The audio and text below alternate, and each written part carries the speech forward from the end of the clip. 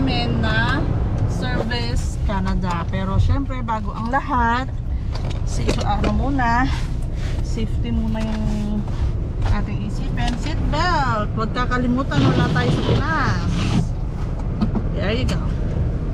So yun po mga katoto,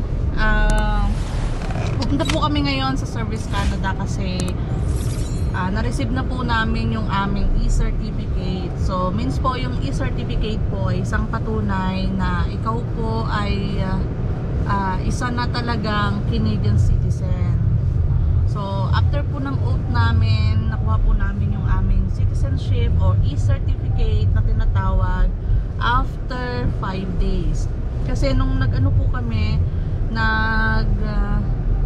oath po kami is Thursday, right? Thursday, 16. Yes, 16. January 16. Tapos, doon po sa email na instruction kung paano i-download yung ating e-certificate is at least 2 to 5 business days.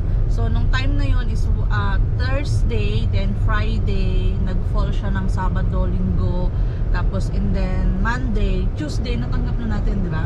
So, Tuesday, nakuha na namin. So, yun mga katoto, yung iba, hindi po lahat is same ng process. Meron po yung after 1 day, 2 days, or yung iba naman po umaabot pa ng 3 weeks bago nila makuha yung e-certificate na download. Ang kagandahan lang po kasi kapag in person ka na mag-o-oath taking is after ng oath nyo, makukuha mo na agad yung e-certificate. Unlike po ng virtual,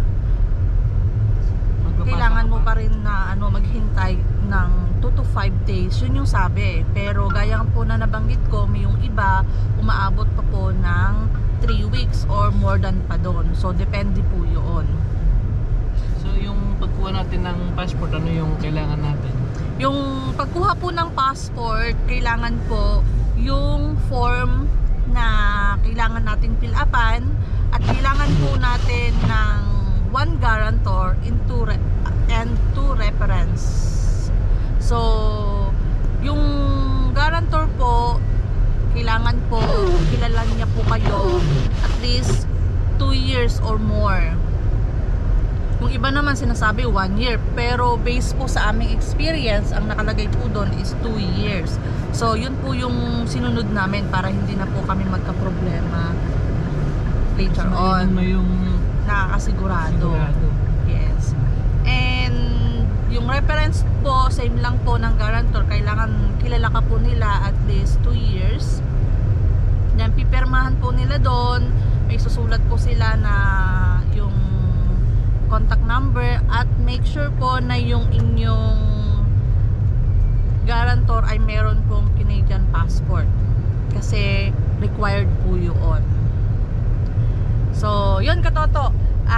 Di ba kapag nagpasa po kayo ng papel ninyo ng inyong Canadian citizenship application at ongoing or on process po yung inyong mga papel, ang advice po namin is mas maganda po na i-make sure natin na matatapos na yung ating application. Lalo po yung oath taking. Kasi po, meron po kaming nabasa. Ito po, tingnan nyo po itong message na yan. Ano na siya? Meron na po siyang invitation email na pwede na siyang take ng oath. And then suddenly, nag-change yung schedule, nag-reschedule until in the end, hindi siya nakapasok. So, hindi pa talaga sure. Hindi pa natin masusure talaga na kahit na may invitation letter na tayo, eh talagang sure na ma-aprobahan na yung citizenship application natin. Kasi yes, ang dami pa talaga. Kumbaga, kung hindi talaga natatapos yung oath taking ceremony, hindi mo pa talaga masasabi na smooth na talaga lahat. Yes. Ganon siya. Yeah. So, marami pa rin pong posibilidad na pwedeng mangyari kasi pwedeng nagkamali lang yung yung IRCC, yes po, nagkamali. May posibilidad po na nagkakamali sila. So, imbis na nakita mo na sa tracking mo, sa portal tracking mo na completed na yung lahat ng documents mo, and then suddenly mag-i-stop yan. Yun yung sinasabi nila na non-routine, di ba? Na process. Nag-ano sila, nag-stuck sila din. Mag-iiba, kumbaga may nakita silang medyo konting problema, tapos babaguhin nila yung status ng yung application. Yes, lalo sa may probation ba yun, tsaka background check, di ba? Doon sila naghihigpit. So, ingat po tayo doon mga katoto, kasi mas maganda pa rin yung 100% sure na tayo, para na sa ganun, kasi maraming pwedeng mangyari. Yun yung natutunan natin, no? Yun yung nakita natin. During the kasi on progress ng mga papel nyo, may pwedeng tumawag or something na maninira sa'yo, pwedeng mangyari yon, may posibilidad. So, nagkakaroon po ng babalik yung